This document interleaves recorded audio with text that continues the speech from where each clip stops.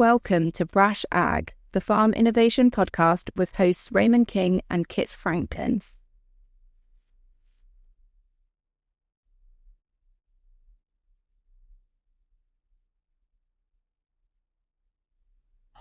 Good afternoon, Ray. How are you doing? Good afternoon. Yes, very good. Thank you. Yeah, on site with a customer today, so slight change of scenery for me. But yeah, how about yourself? Yeah, I'm good. Yeah, I've just been doing some academic work today, but keen to get into our chat. And today we have with us Belinda Clarke of Agri-TechE, who gives me a good smiley nod for getting that right. And we're going to chat through, a bit about who is Belinda and what is Agri-TechE. Many people listening to this podcast will have come across you, Belinda, so I'm sure you're known to a lot of our listeners.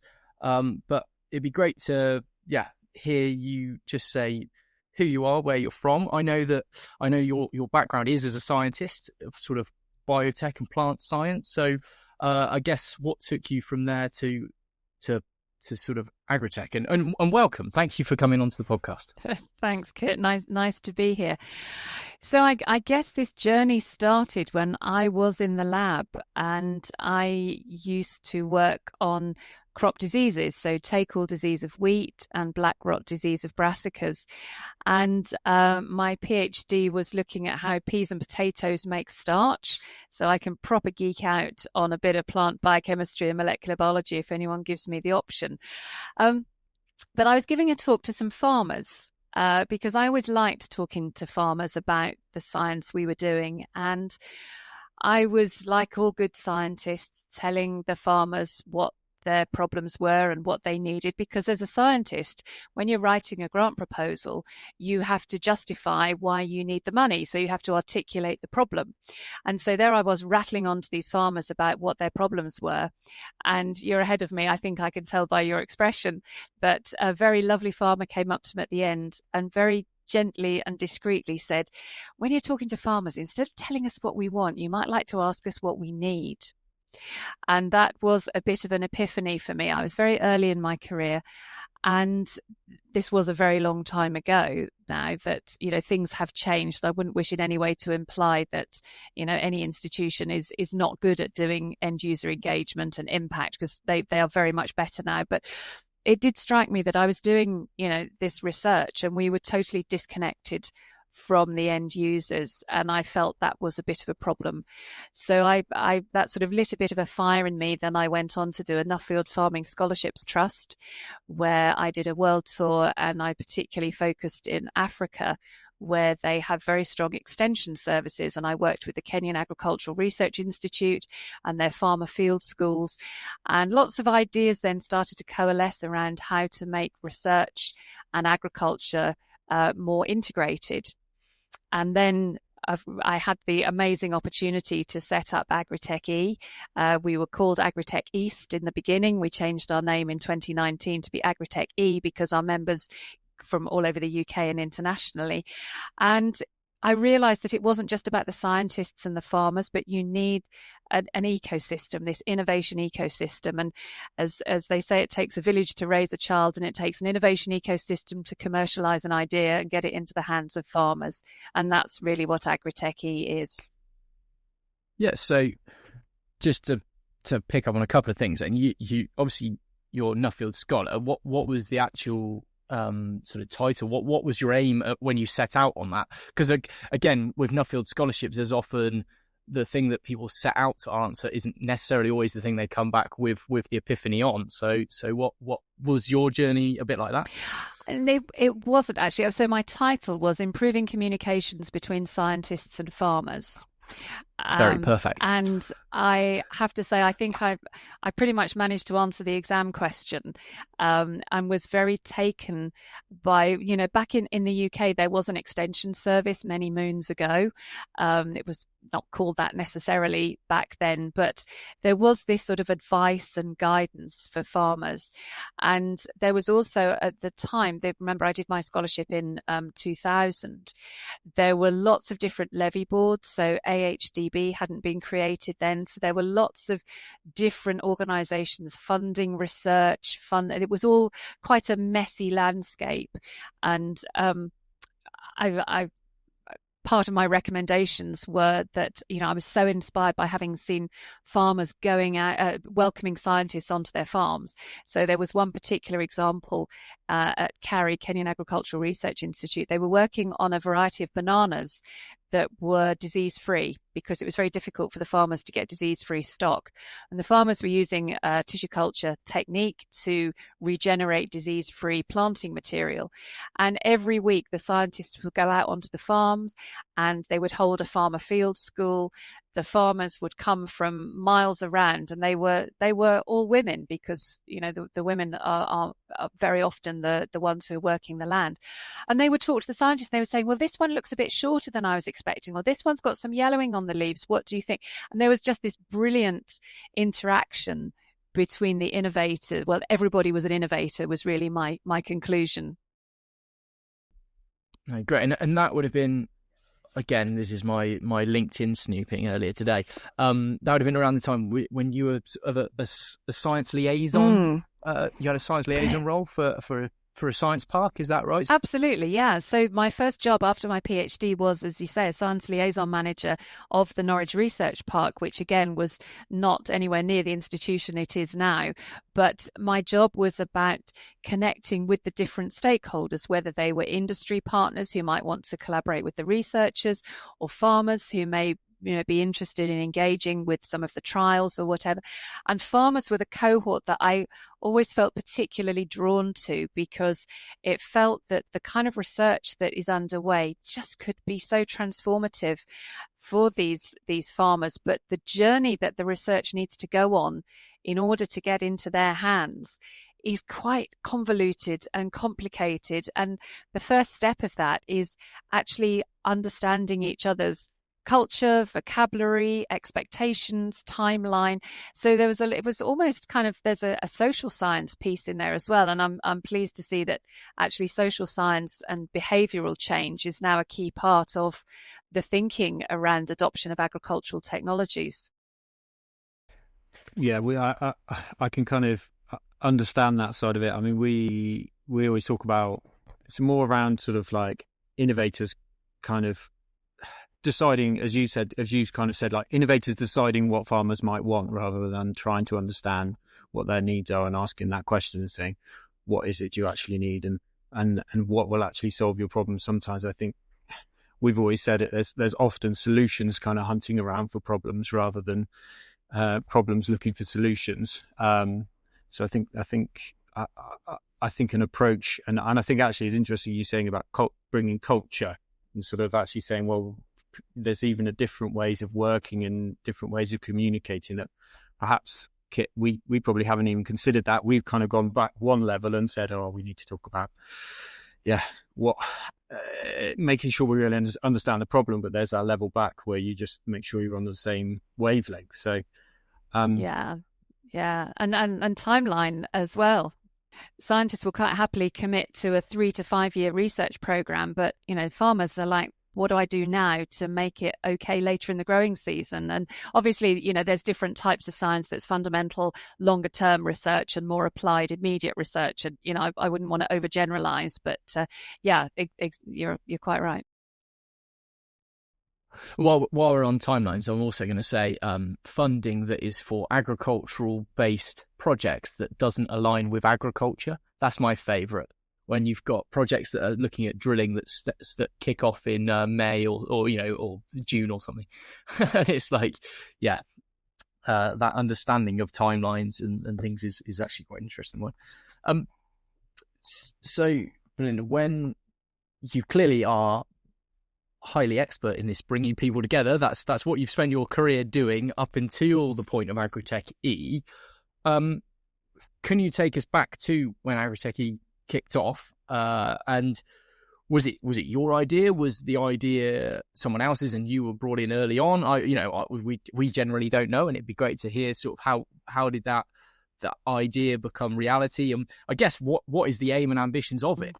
So back in 2013, the government published a cross-departmental strategy for Agritech, and there were a number of people got together who were in the east of England at NIAB, at the John Innes Centre. George Freeman was involved.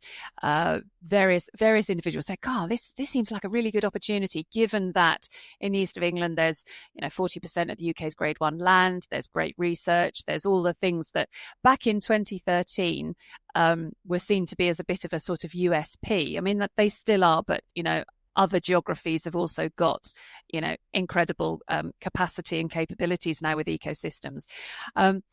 And so a number of us were sort of getting together, having these conversations. And then, I was part of the early conversations, and then I sort of dropped out of them because I thought, I think this is the job I've waited 20 years for. So I did go through the application process, and it was the opportunity of a lifetime, because I, started literally with a blank sheet of paper to create an entity. And the exam question was to make it financially sustainable within a couple of years, which we did. And there's now 7 of us, and we've just won another award for Agricultural Initiative of the Year for Corporate Livewire. So it's been quite the journey. And yeah, I've still got the notes actually from, I think, day 2, where I sat down with a big piece of paper and started doing a flow chart. I did a gap analysis of who's doing what in this space, because who wants to recreate what other people do, sitting in that interface between public and private activities and funding, and who's doing what, and just sort of navigating where the gaps were and where, crucially, there is a business model. We're not for profit. We don't, we just need to make enough money to keep the lights on and to grow ourselves. But obviously there had to be a business model in there somewhere. And it's not, you don't have to be a genius to think, well, a membership model is quite a good one, as long as you get your value proposition quite strong and clear, which, hopefully we did. And the fact that, we've got some members who've been with us since day one, which hopefully is testament to the fact that they do see value in it. I was going to say that I would find that quite daunting as a prospect to sort of say, right, blank sheet of paper, where do we go? I mean, one of the things I was thinking about is sort of, where did you get that initial sort of effectively seed capital from? How did you kind of get something up and going off the ground? So we had a little bit of charity funding to get us going, and we started, I think my first day was March the 7th, 2014, and I think we had our first event in September the 16th that year, and we launched at Cereals. And so I'd spent all that time developing the brand proposition and what the business model was going to be, and doing some forecasting. And we opened membership in the November of 2014. So we started to get the dollar rolling in, which was very reassuring. I mean, I was spending that time talking to a lot of people, what would you pay for it? Would this be something you'd like to see? I didn't just kind of launch it. There was a lot of consultation and discussion among a group of different stakeholders, from academic researchers to industry to agronomists to big farm businesses. So I think I was even then kind of mindful that we needed this breadth of an ecosystem, and also the commercial and technical service providers, as well as the SMEs and startups. So yeah. And so what? I guess you use the words value proposition. So what do you define that as? What's your sort of statement on that? Obviously, I'm guessing it's network, potential of collaboration, those sorts of things. But do you have a strap line, or? Well, of course, the strapline is pioneering agricultural innovation, but everybody says that. So really, our mission, we would say, is to help inform and accelerate the journey of new innovation into the hands of those who it was designed to help. And that is mostly farmers and growers, but increasingly it could be supply chain players as well. It's not all primary production. There's a lot in there about, forecasting and modeling. We're now talking about scope 3 emissions. So this is now a system that, we've probably seen that over the last decade, that the system started to evolve. And I suppose people tend to join us for probably 3 or 4 reasons. One might be the profile. So some, particularly the earlier stage ventures who are wanting to, shout a bit louder. We've got a pretty effective platform now that members can, augment their voice, if you like. Others view us as sort of part of a business development piece where they can, as you say, Kit, network. We can introduce them to key people. We're very careful and mindful how we do that within data protection and GDPR. Others want to just have a finger on the pulse of strategic direction of travel, either of the global industry or in the UK specifically, if they're international members. And then there's others who are quite happy to stay dark and silent and just make sure they're not missing out on anything. And then there's another cohort who are the early stage ventures who are looking for investment. We've got quite a big network of investors who are looking for deal flows. So people join us for different things, but it's kind of building those communities really is what we're all about. And we all like being in a tribe, right? Yeah, absolutely. Well, in talking of which, then let's define the tribe, because Ray and I would define ourselves as agricultural engineers. We're both chartered engineers and we're both agriculturalists. Agri-Tech is somewhat of a nebulous phrase depending on who you talk to. So, what do you deem as Agri-Tech? Is there anybody who you turn away from your door? Because again, Ray and I will often speak to people and they'll say, I'm a software engineer working in ag, and we'll go, well, you're an agricultural engineer then. So are you, so what's your remit of Agri-Tech? Well, gosh, there's lots of questions in there. So I feel quite strongly about this, and I do feel I'm a bit of a lone voice, but I'm going to keep saying it. So Agri-Tech, the government, for reasons that I completely understand and respect, views Agri-Tech as a sector in and of itself. And it's really important that the government can do that, because that's how they measure impact of interventions and support. And right now there is a lot of support for Agri-Tech, and we need to be able to, as a community, as an industry, demonstrate to government. I mean, we're not publicly funded at Agri-TechE, but the government is, with the ADOPT program, Farm Equipment Technology Fund, they're putting a lot of money behind Agri-Tech. And so they need to see that there is a return on investment, that the sector, I'm using air quotes here, has grown. So I completely get that. However, you used a great example there with the software engineer. I don't think I don't know whether they use SIC code still I think there's a SIC code for agriculture and horticulture. But for me, ag and hort are the sectors, and Agri-Tech is a suite of enabling technologies. And that can come from agricultural robotics, from engineering, or it can come from aerospace or automotive or mining or material science or whatever it might be. So I worry a bit that by calling it an Agri-Tech sector, we're sort of excluding those technologies from other industries. And we have many examples of those where they're coming to us and going, we've got some technology that is, one example, inkjet printing. And they know how to spray gloopy, sticky, gunky stuff actually onto carpets in the textile industry randomly. And they said, we're really good at spraying stuff and spraying it really precisely. Could there be something in agriculture that might be relevant? So that's when you then have that conversation. So this is a long and rambling answer, Kit, to your question, but I do feel that by giving Agri-Tech a name and calling it a sector, these other industries might view it as not relevant to them. And what we need to do is demonstrate that it's welcoming. And I always say the holy trinity of agricultural innovation has been genetics, machinery, and chemistry. And now they will not go away. But now we've got data, we've got ICT, we've got all these other technologies, satellite, Earth observation, all coming in, and that's contributed to Agri-Tech having quite a nebulous definition, exactly as you say. Yeah, I mean, again, just the classic example I would give is agriculturalists. We have always scavenged from other places. So the first pneumatic tires on a tractor came from an aircraft. Yeah. The first turbo engine came from a bulldozer, and it was then put into a tractor.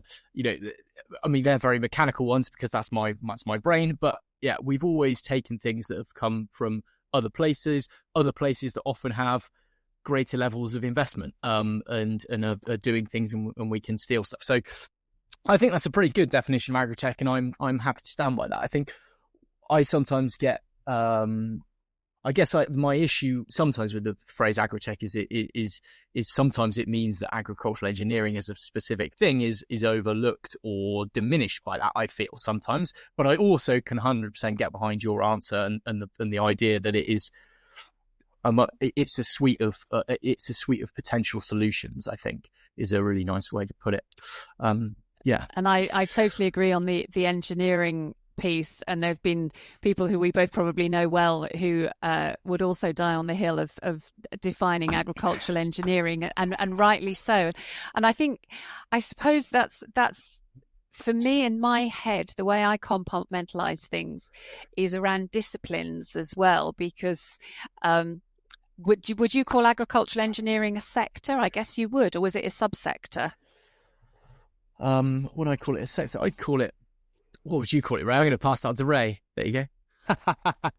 Well, I'm going to make a comment around Agri-Tech or Ag-Tech, because actually I feel it's slightly nebulous terminology. Is actually a benefit, because it gives the ability to sort of cover off lots of areas, and you don't have to. And also, I think it potentially keeps sort of mindsets open to thinking around problems. And as you say, Kit, you almost kind of you've gone down that, it's mechanical, so it's a mechanical thing, rather than saying, well, this is a wider, let's apply some new technologies, which is exactly how things develop, but to a new, but to an agricultural problem. So I think in terms of a sector, I think yes, I think there is. I think it does it does.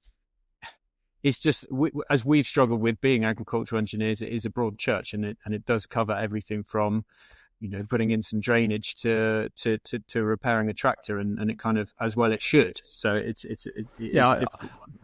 I think, to answer your question, Belinda, I'd say that agricultural engineering is a discipline of engineering, and it's a very broad discipline. It's a discipline that could be soil science and therefore quite civil. It's a discipline that could be mechanical, it could be hydraulic, it could be electronic, and now it's a discipline that could be AI and computer machine learning and all those things. So it's a broad discipline of engineering, I would say, and agri-tech is a broad spectrum of solutions that might come from other disciplines, such as bioscience and those things as well. There we go.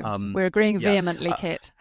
Yeah. So, and I think that's what was critical to us as agricultural engineers, is that there was a very dry period in the 2000s when agricultural engineering was getting very little funding. There was still chemistry funding, and there was still biological funding, but there wasn't really engineering funding, and Silso got shut down here in the UK, and although that time of like darkness in the ag-eng world, and the fact that ag-tech came through as a way that, and we were part of that, at least opened a door for us to do some cool things that I think we've done.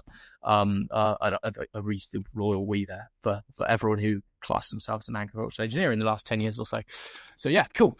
That was an interesting little discussion. I guess then, Belinda, in this thing that is Agri-TechE, then it would be crazy for us not to ask you about sort of maybe some success stories that have come from your membership and from the support that you've been able to offer them. I mean, over the years, I've been to a number of your events. You've been kind to invite me as a speaker, or a number of workshops and your conference and things. So.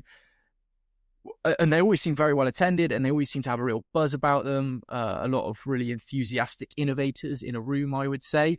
But yeah, it'd be great to hear, maybe, I don't know if you necessarily want to spotlight a company or just a series of things that have been really successful from what you've done in 12 years, is it? 12 years. It is. We're coming up to our 12th REAP conference. And I remember, Kit, you heroically came to the REAP conference, and you had a journey from hell, I think. And your speaking slot was after lunch. And I think you'd had something like 7 hours traveling. And bless you, you battled on and you made it to give your talk. And we'll be forever grateful for that, because that's a conference organizer's worst nightmare, as a speaker having travel issues. So thank you.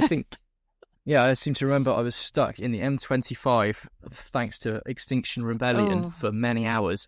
But yeah, no, I did get there and say some things. You did, and we're very grateful. And yeah, so the events, I mean, the events are sort of in and of themselves, you know, they're fun, people like them, they get to meet interesting people, and hopefully learn some cool things and go away knowing something that people didn't know before.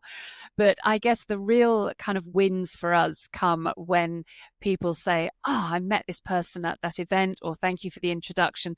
We are now doing trials together, or we've now changed the way we think, or we've now got a different mechanism or process in place. I mean, one example quite recently, actually, we introduced someone who developed and I don't know if they like me using this description, but let's call it an electronic nose in a poultry farm. And it's one of the UK's largest independent poultry producers. And obviously, these kinds of sensors are really valuable in terms of being able, they're so super sensitive, they can detect changes in the health of the birds, because they can detect different volatile organic compounds.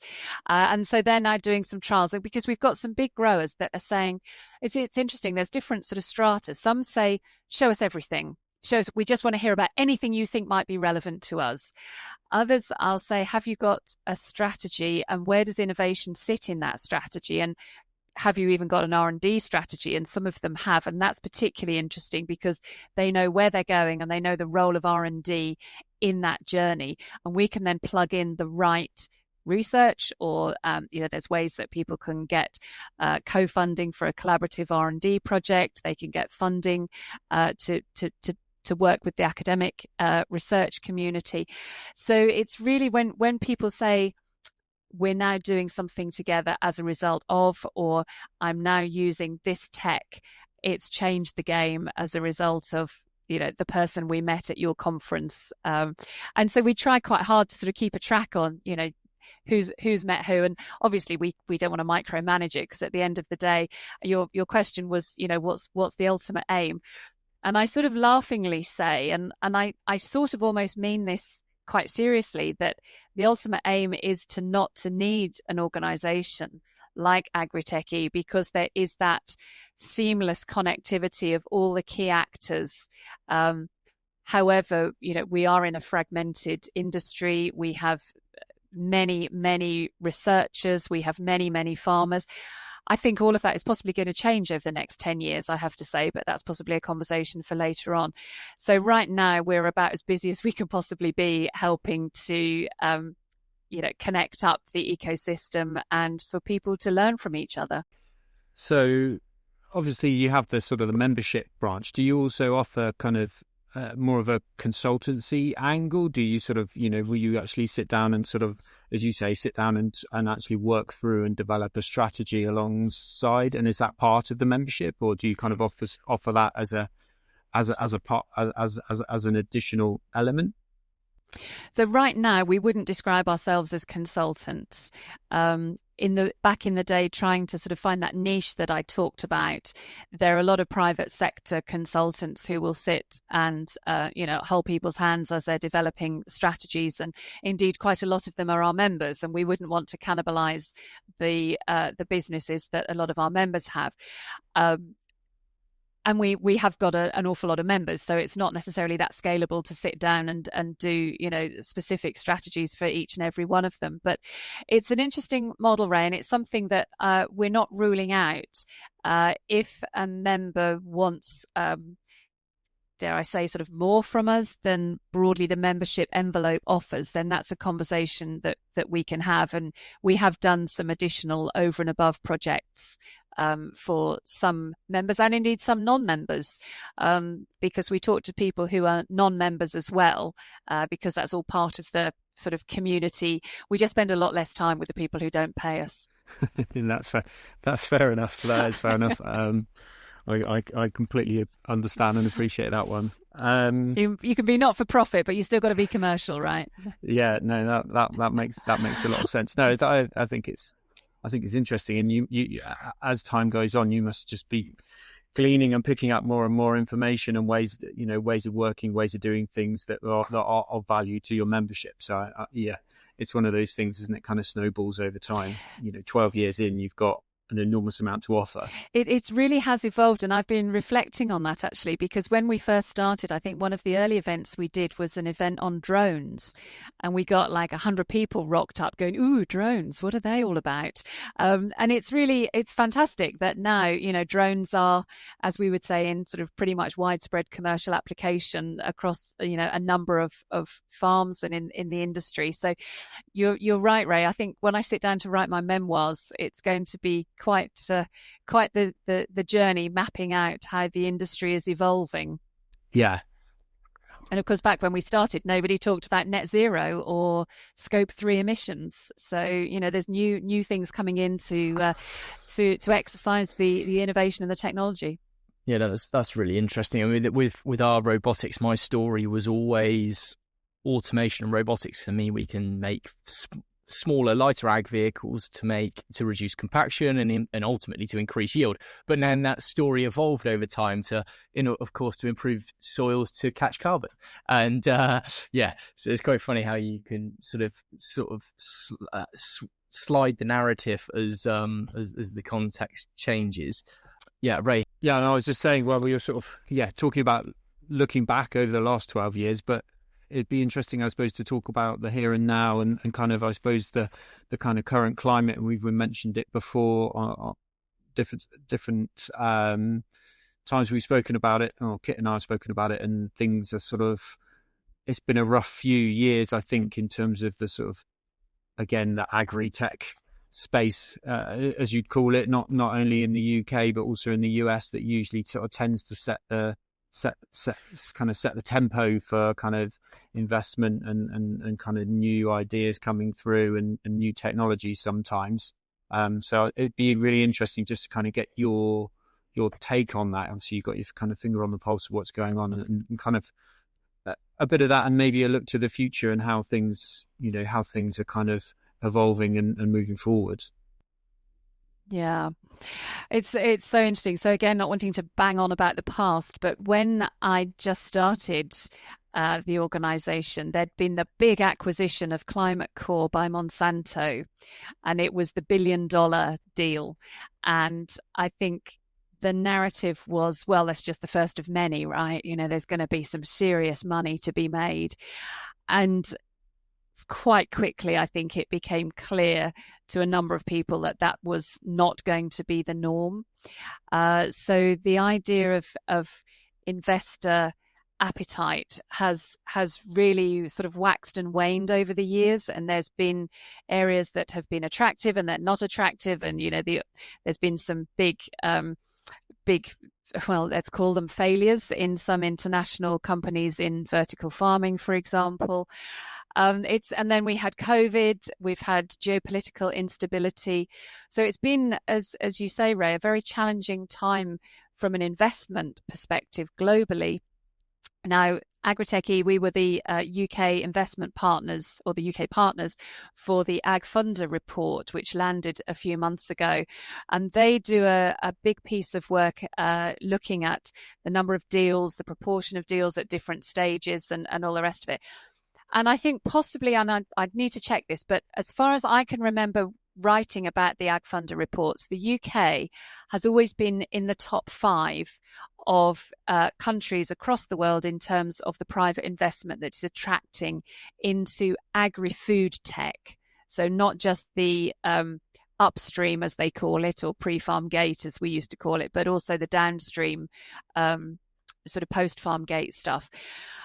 So the UK does do very well for a tiny market, but obviously the global investment into agri-food tech over the last 4 to 5 years has been declining. I'm not going to use the word free fall, but it's certainly half what it was.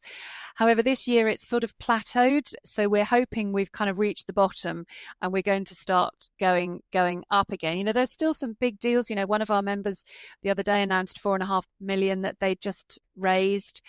People are raising money. It's harder.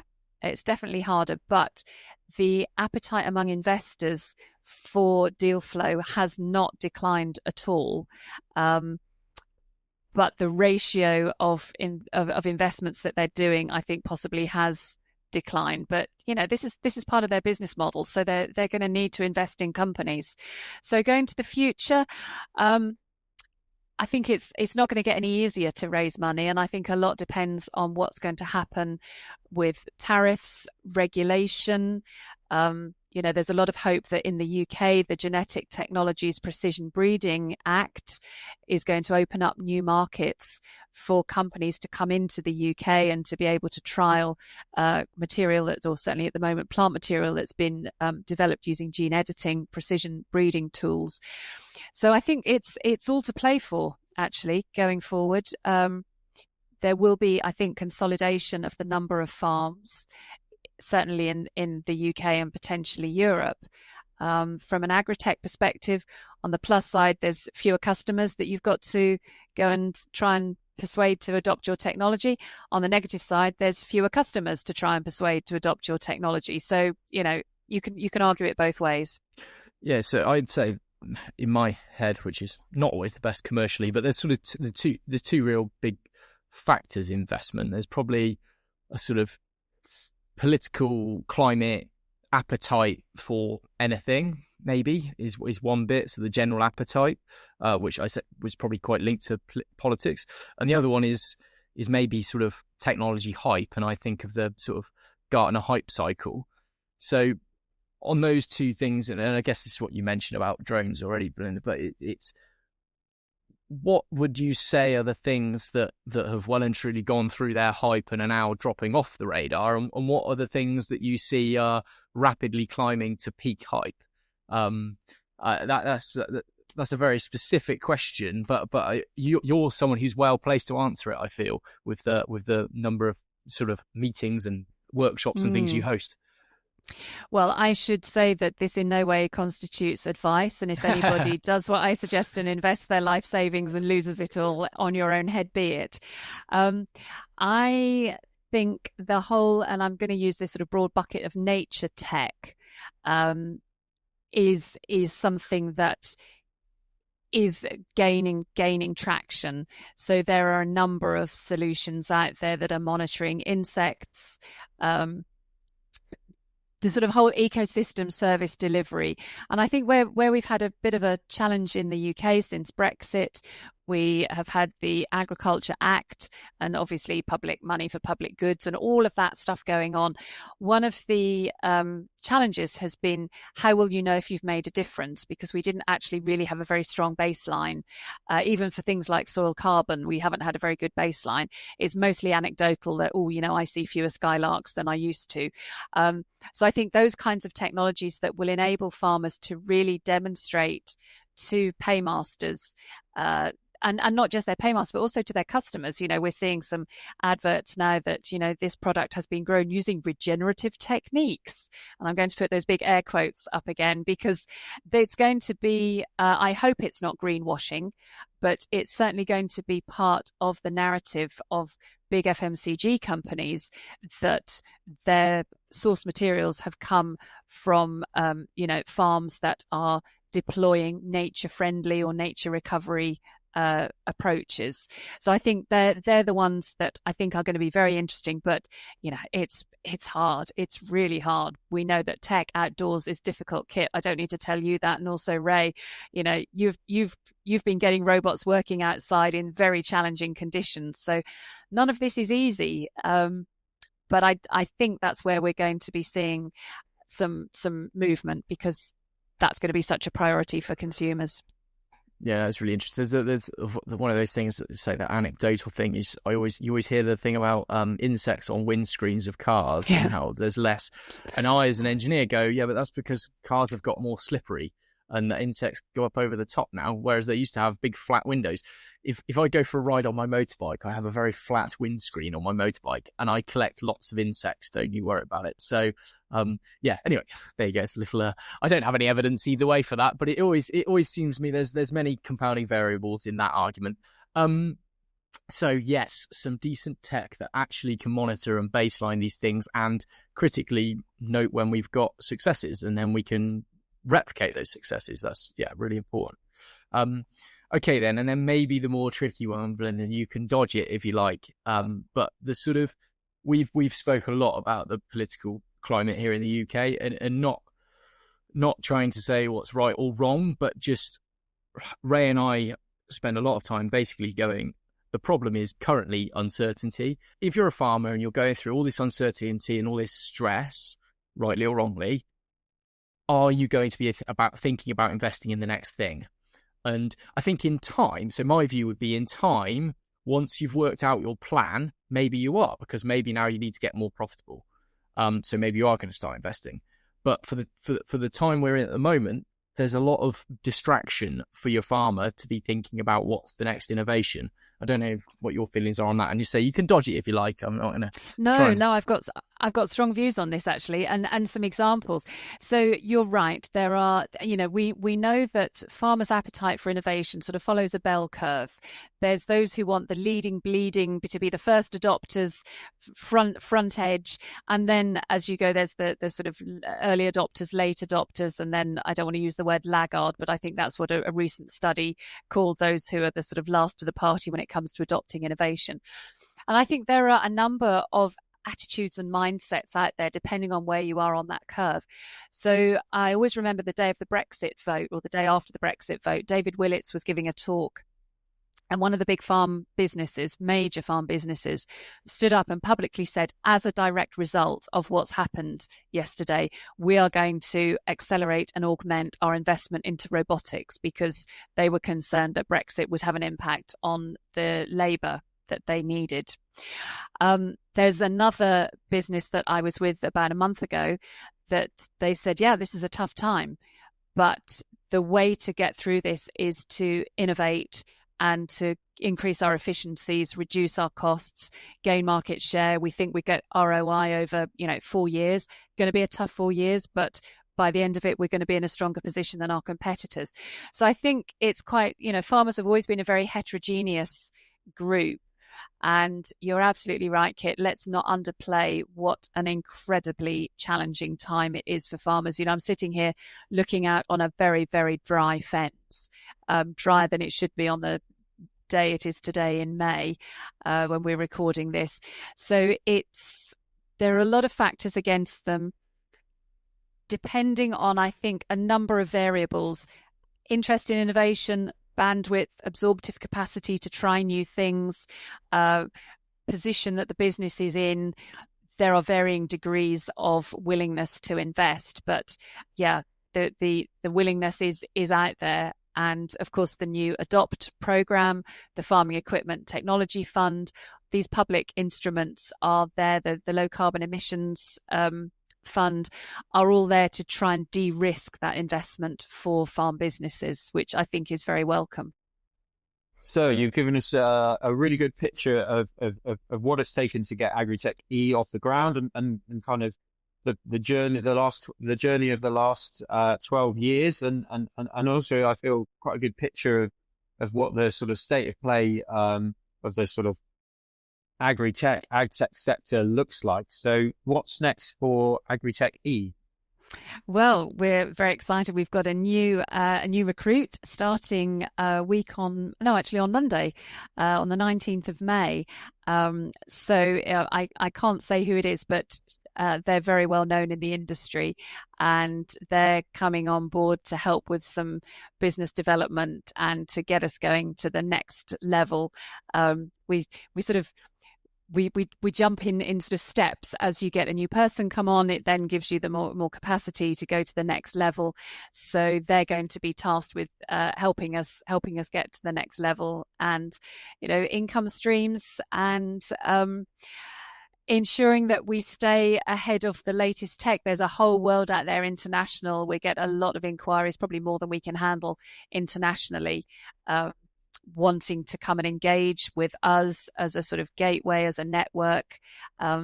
So we'd like to harness those opportunities a little bit more. We hosted a delegation from the Netherlands a few weeks ago. We're working with our members, the Danish embassy. We're doing some work with our members in Australia. So we'd like to harness that a bit more. We had a new member over the weekend who I think has been doing some work in Africa and is based in France. So the world is a big place, but at the end of the day, this is all about the farmers and making sure that the tech and the practice and the research is geared to moving the dial for them and helping them become more efficient, profitable, sustainable. Yeah, well, Belinda, I'm going to ask you something that literally just came to mind in the last second. And again, I'm going to say this in a way that I'm going to get myself into trouble, but I'll try not to. You've done an awful lot with quite a small team, and you say you're growing your team by another person, and that makes a big difference to you. You kind of operate in a world where maybe, I don't know if competitor is the right term, but you operate in the same kind of space maybe as like the Agri-Tech Center and Agrimetrics and all those things.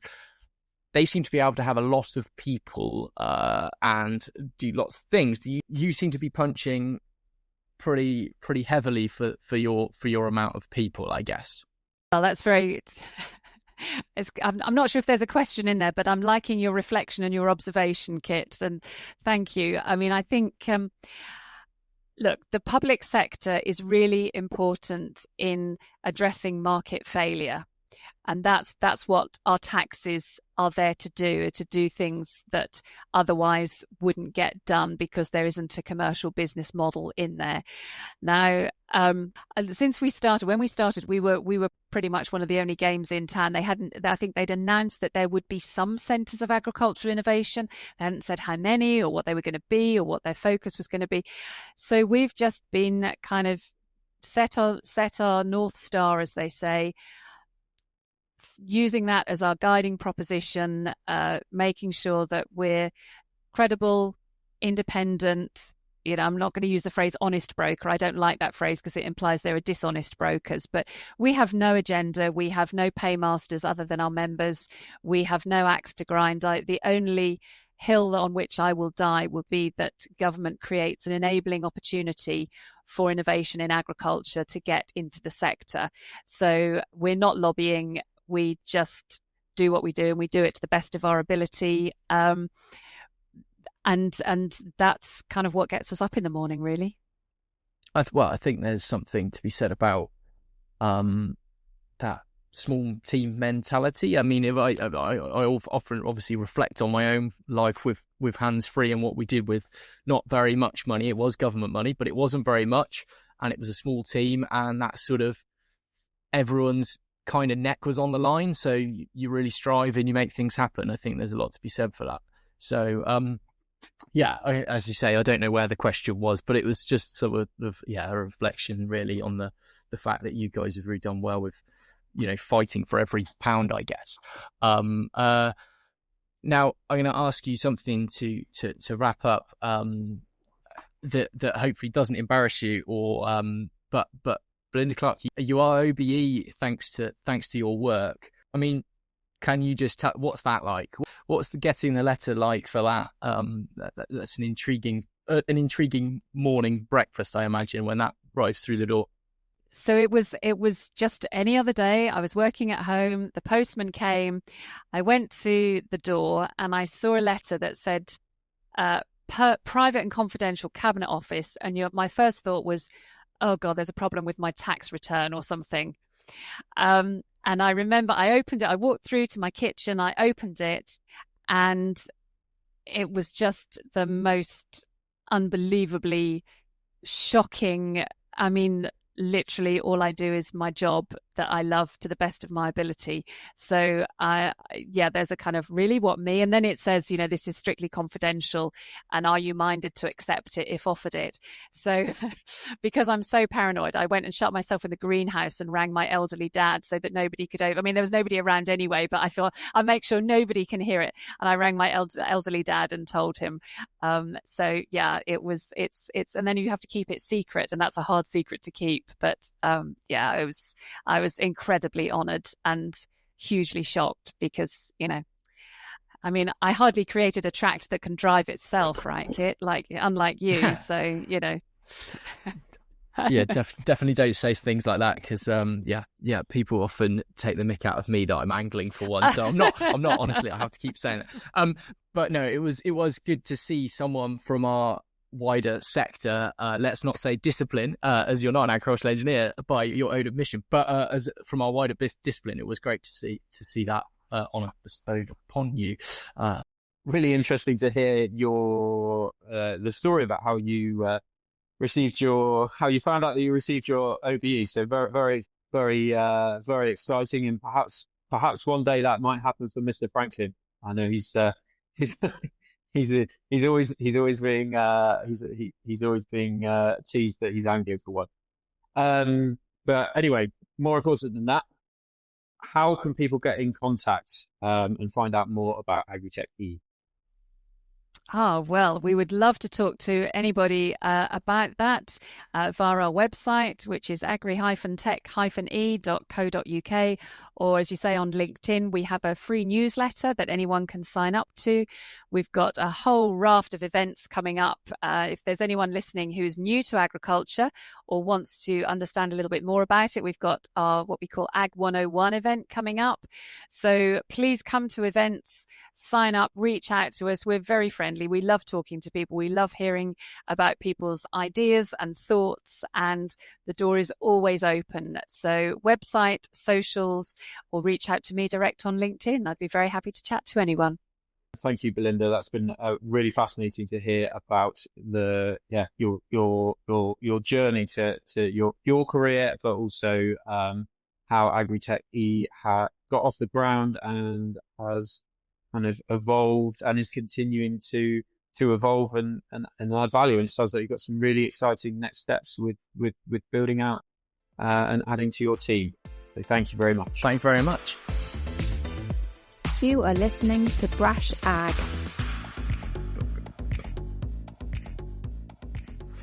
Well then, Ray, that was an interesting 50 minutes or so with Belinda. What are your reflections on what we've heard about both her journey and Agri-TechE?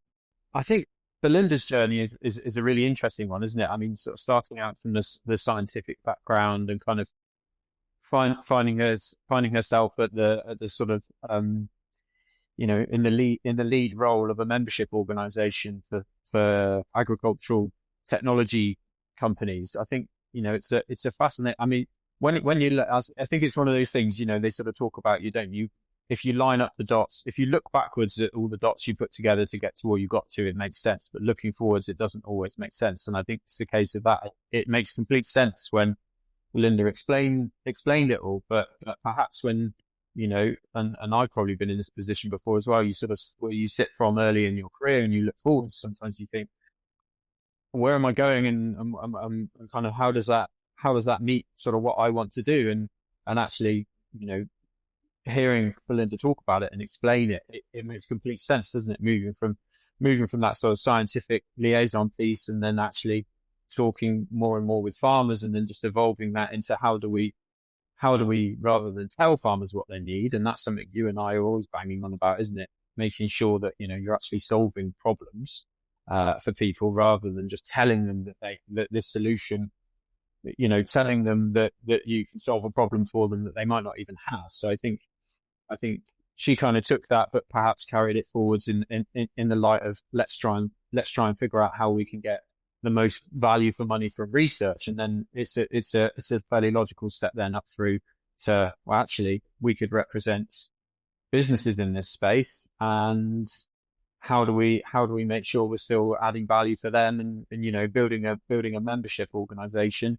I mean, I think there's even some parallels with the early stages of what you and I are doing on this podcast, isn't it? It's sort of building up an interest, building up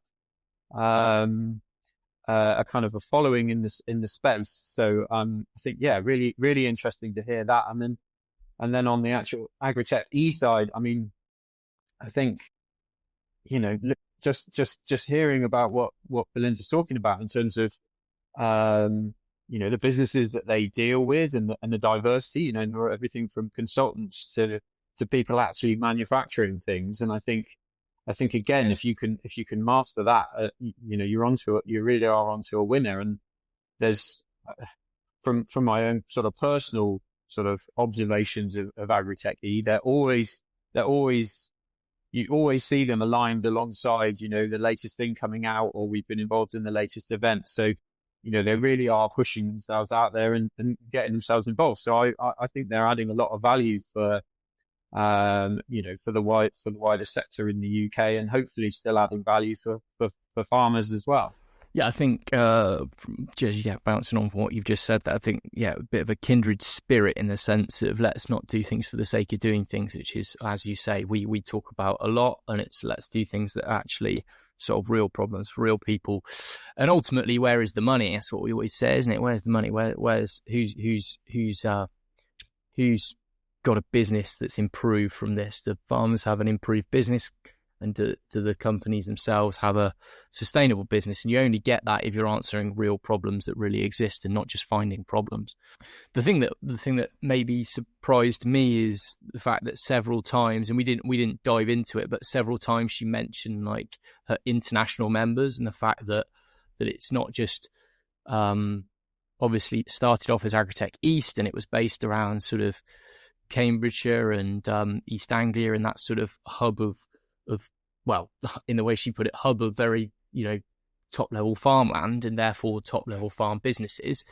And then obviously became Agri-TechE as it expanded. And obviously I was aware of that as an expansion across the UK. But yeah, she several times mentioned how it was really international. So that's quite, again, very impressive for a small team and from humble beginnings sort of thing to be able to self-sustain and grow and have that international network. So all really impressive, and I'm sure over the years we will continue to cross paths with Belinda and the Agri-TechE team with their various interesting events they put on, and I'm sure seeing them at other events as well.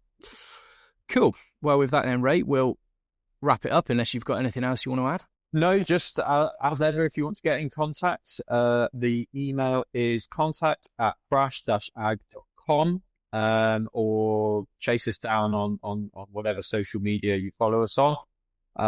It's always great to hear from listeners and to get feedback as well. So yeah, get in contact, and thank you very much. Yeah, and tell a friend. Cheers.